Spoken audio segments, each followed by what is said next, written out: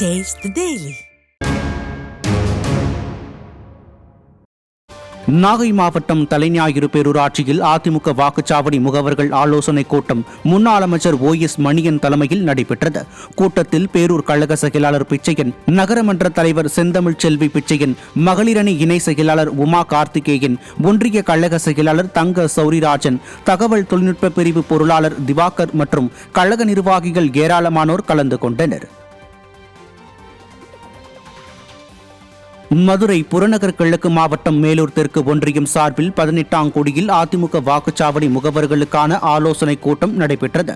மேலூர் தெற்கு ஒன்றிய கழக செயலாளர் பொன்னுசாமி தலைமையிலும் அதிமுக சட்டமன்ற உறுப்பினர் பெரியபுல்லான் என்கிற செல்வம் முன்னிலையிலும் நடைபெற்ற ஆலோசனை கூட்டத்தில் அதிமுக சட்டமன்ற உறுப்பினர் VV ராஜன் செல்லப்பா கலந்து கொண்டு ஆலோசனைகளை வழங்கினார். இதில் கழக நிர்வாகிகள் ஏராளமானோர் கலந்து கொண்டனர்.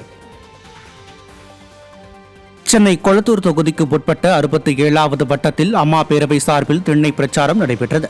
வடசென்னை வடக்கு மேற்கு மாவட்ட செயலாளர் VS பாபு வீடு வீடாக சென்று திமுக ஆட்சியின் அவலங்கள் அடங்கிய பிரசுரம் வழங்கியும் அதிமுக அரசு கொண்டு வந்த சிறந்த திட்டங்களை விளக்கியும் திண்ணை பிரச்சாரத்தில் ஈடுபட்டார்.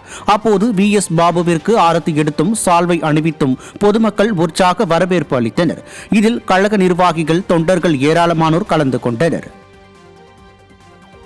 மதுரை திருமங்கலம் அருகே திருமால் கிராமத்தில் செயல்பட்ட கல்குவாரிகளால் பொதுமக்களுக்கு ஏற்பட்ட இன்னலுக்கு எதிராக முன்னாள் அமைச்சர் RB உதயகுமார் தலைமையில் 100க்கும் மேற்பட்டோர் நள்ளிரவு வரை போராட்டத்தில் ஈடுபட்டனர். விடியா திமுக அரசின் காவல்துறை கைது செய்தும் மக்கள் தர்ணா போராட்டத்தை தொடர்ந்தனர். அப்போது அதிமுக சட்டமன்ற உறுப்பினர் ராஜன் செல்லப்பா, அதிமுக தகவல் தொழில்நுட்ப பிரிவு செயலாளர் ராஜ் சத்தியன் ஆகியோர் பொதுமக்களுக்கு ஆதரவாக போராட்டத்தில் பங்கேற்றனர்.